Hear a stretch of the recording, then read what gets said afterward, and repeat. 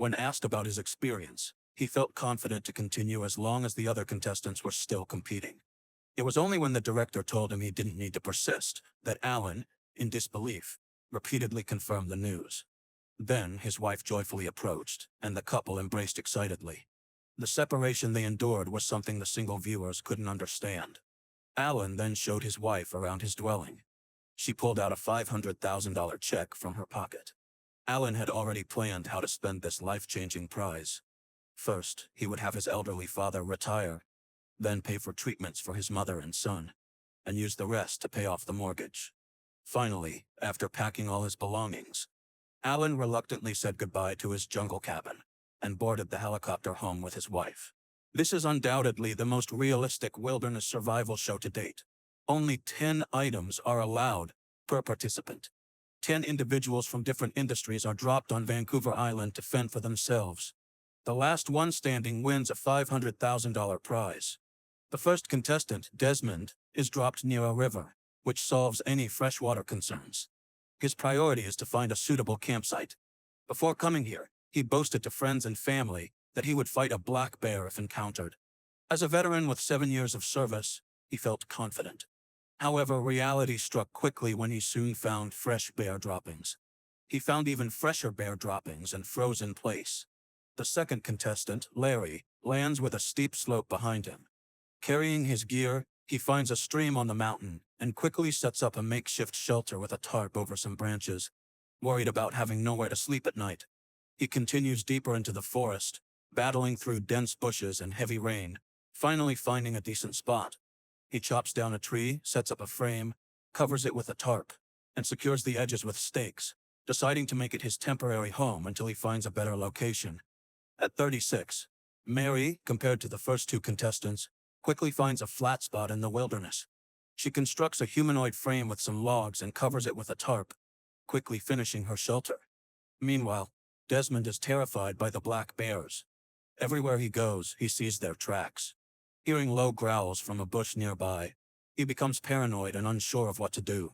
So he heads back to the beach to reflect on life, and eventually decides to call and quit the show, forgetting his bold statements at the start.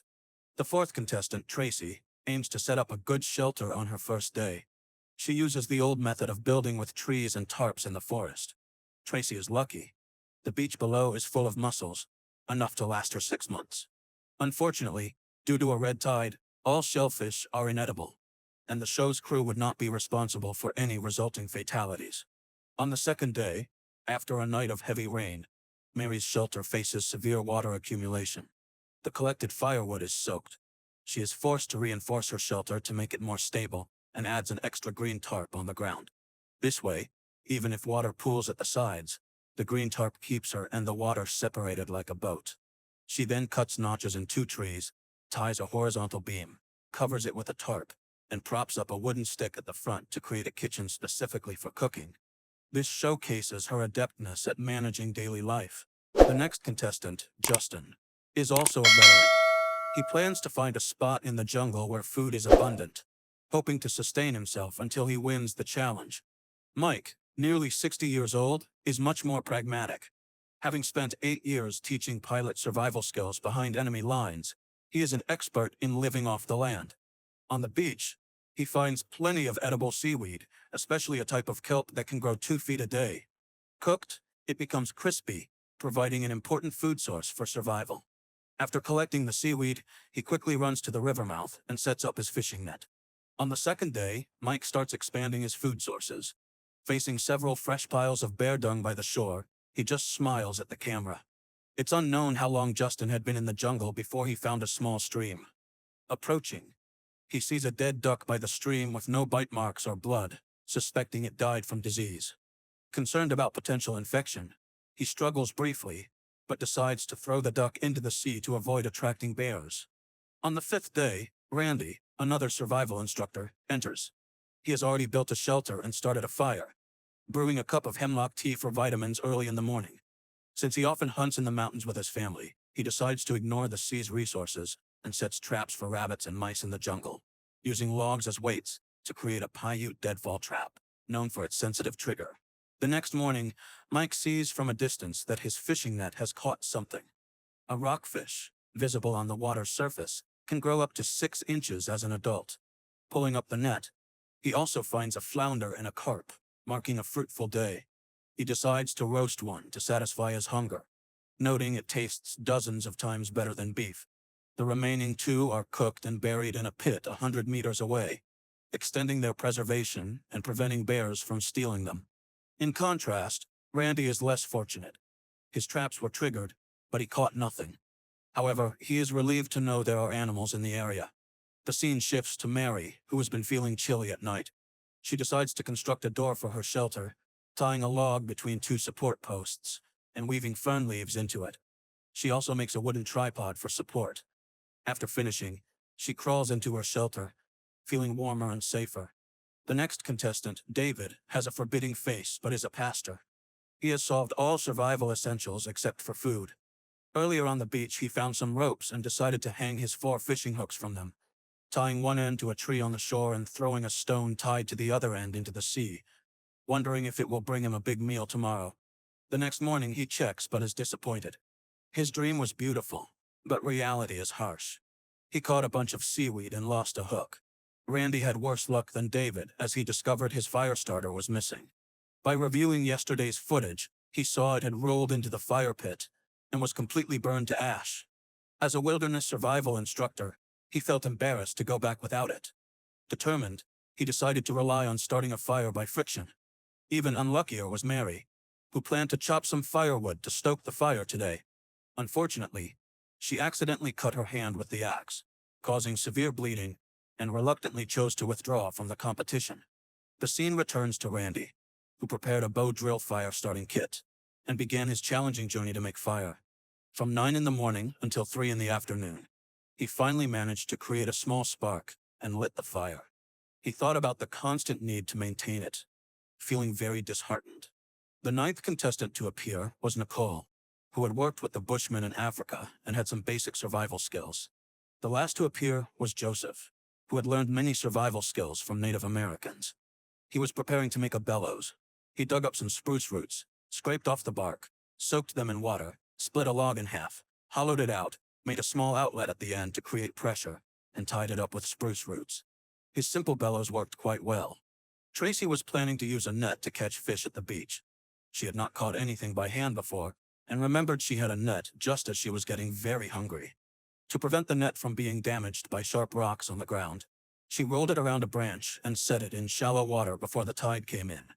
Meanwhile, Nicole, busy filling gaps in her shelter with branches, suddenly heard roaring from the beach. She walked over and saw a black bear on the opposite riverbank, very far away, so she wasn't too scared. Calmly eating sea asparagus she had gathered, she crunched it, rich in various trace elements and vitamins A, B, C, D, E, F, G. After a tide cycle, Tracy checked her net and found a crab and a fish, delighted after 7 days without meat. She cleaned them and cooked them by the fire. The fish was delicious, and the crab was incredibly fresh. Her body, starved of protein, was greatly satisfied. She thought her size could sustain her for at least 20 days. However, that evening, 2 black bears invaded Tracy's camp. She grabbed a bear deterrent whistle and blew it loudly, but the bears were undeterred. She then lit a flare and chased the mother and cub out of the camp. Safe at last, Tracy broke down in tears. As a police officer, she disliked showing her aggressive side, felt bad about using violence, and was guilty about how she had treated the bear cub. Not wanting to see her aggressive side again, she decided to call the show's producers to withdraw. 3 contestants had already withdrawn. On day 8, Mike woke up from a dream where he thought he was embracing his wife, only to find a slug on his lip, almost giving him a psychological scare.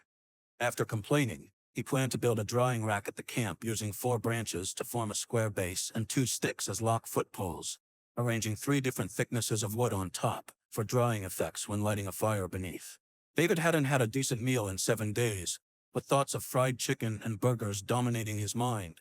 The crab supply in the nearby rock piles was already depleted, and his set spike net had caught nothing, making him wonder how he would survive the days ahead. Meanwhile, retired veteran Justin, still in high spirits, managed to catch a ratfish with a spike net modified from a hammock, a surprising gain that could provide 30 to 40 grams of protein. Back to Mike, Tired of making fires on the ground, he reinforced the 4 stakes, placed a wooden board as a platform, and covered it with pebbles to separate the fire, creating a stove perfect for boiling fish soup. Using the lever principle, he made a faucet from a plastic bottle and ropes found at the beach. Stepping on a pedal would make the bottle bend and pour out water, showcasing his knack for making things. Larry, having seen traces of bears in the forest and not wanting to face one unarmed, decided to make a spear. He cut several forks at one end, inserted a stick to widen the gap, and sharpened the tips, creating a tool that could serve as both a spear and a fish spear. Hungry David decided to make another spike net using ropes he found, breaking them into threads and making a net shuttle from cedar wood. Relying on skills taught by his fisherman father years ago, he spent 2.5 hours weaving half of a net, needing more rope to complete it. Back to Larry, who hadn't eaten meat for several days, couldn't wait for the tide to recede to check his net. He rushed to retrieve the fish for soup, but it escaped when lifted, frustrating him to the point of nearly cursing, and he struggled with whether to quit the competition.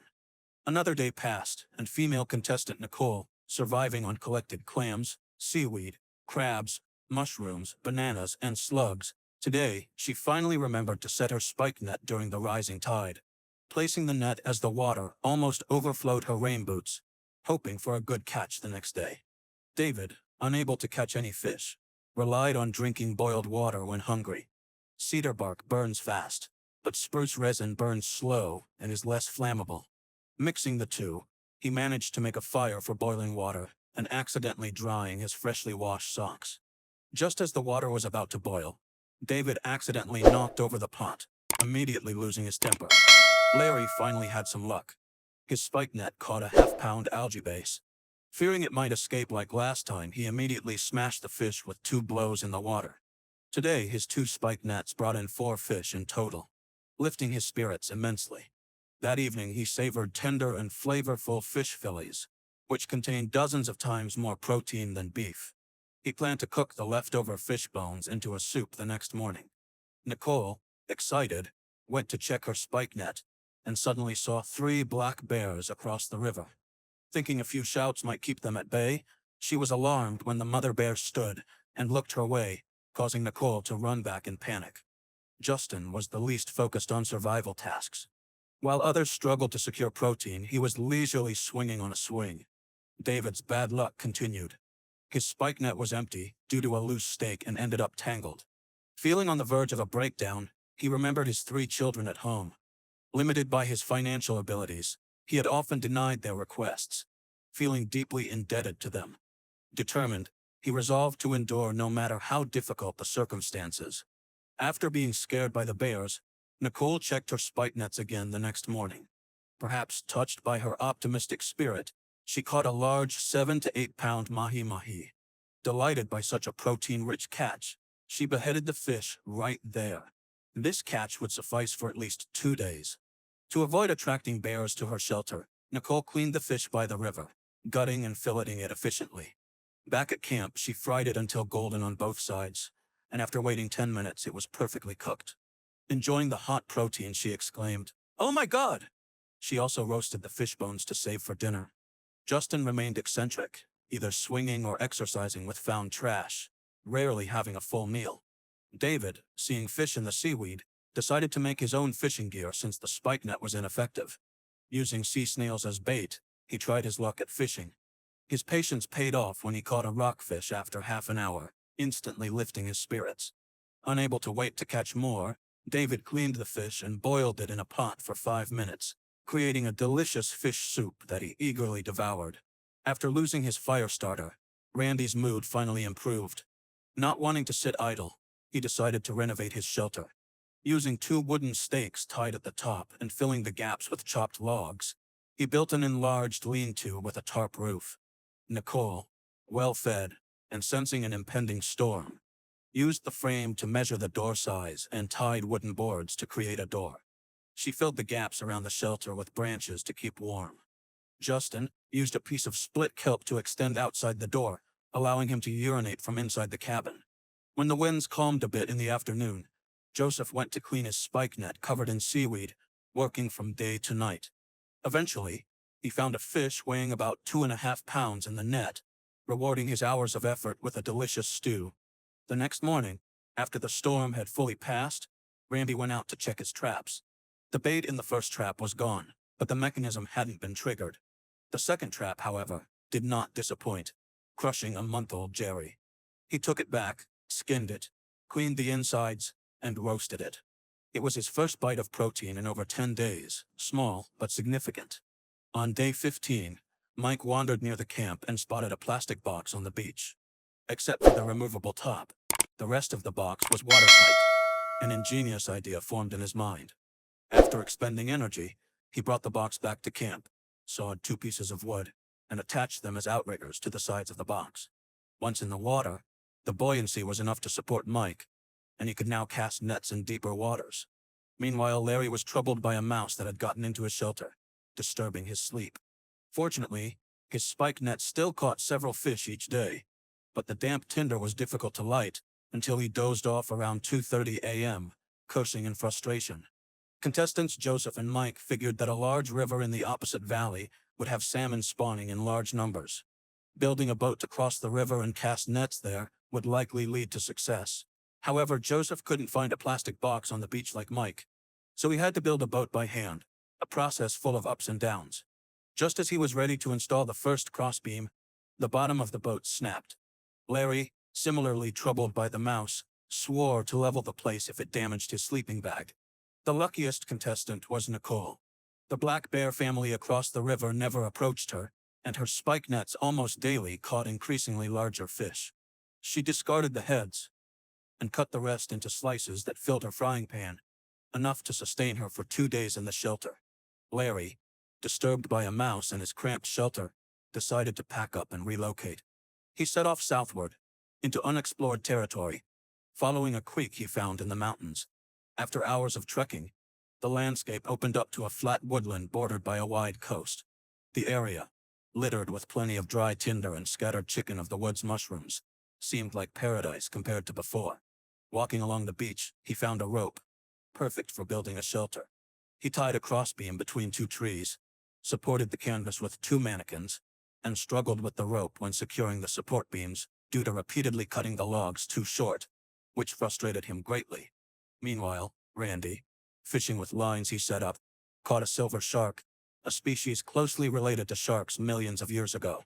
His luck continued with 2 successful catches, filling him but also deepening his sense of loneliness. Nicole, guarding a pot of fish stew and thinking of her late foster child, felt similarly. To combat the loneliness, Randy kept busy by reinforcing the shelter with additional support poles, improving his bed with fern leaves and a tarp, and finally, lying down in his sleeping bag, feeling extremely comfortable. By day 19 at 2:30 a.m., Justin discovered his shelter flooded, his sleeping bag soaked because he had set up in a swamp.